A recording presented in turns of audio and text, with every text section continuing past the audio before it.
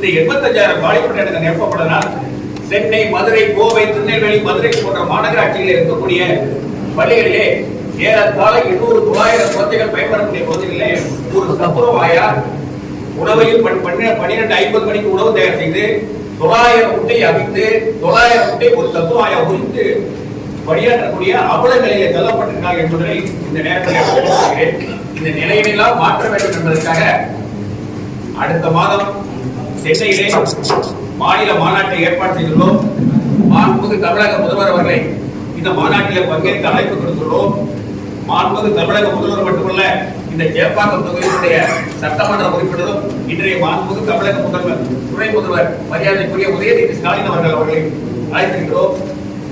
மரியாதைக்குரிய முதல்வர் அவர்களுடைய மனைவி திருமதி துர்கா ஸ்டாலின் அவர்களை கண்காட்சியை போக்குவதற்காக அழைப்பு கொடுத்துள்ளோம். கண்காட்சி என்றால் ஏறத்தாழ 18 சலுகைகளை மாமனார் அவர்கள் இந்த சத்துணவு பணியாளர்களுக்கு கடந்த காலங்களில் அறிவித்து வழங்கியிருக்கிறார்கள் என்பதை கலைவாணர்களே கண்காட்சியாக வைத்து அதை குற்றுதலை கேட்ட நீங்களே வாருங்கள் என்று அழைப்பு கொடுத்துள்ளோம். இந்த செய்தி இந்த தருணம் மாநாடு ஒரு வெற்றிகரமான மாநாடாக அமையும் என்ற நம்பிக்கையில் இருக்கிறோம். அதனால்தான் இந்த 10 லட்சம் வாக்குகள் யாருக்கு என்ற தலைப்பிலே இன்றைய தினம் பத்திரிகையாளர்கள்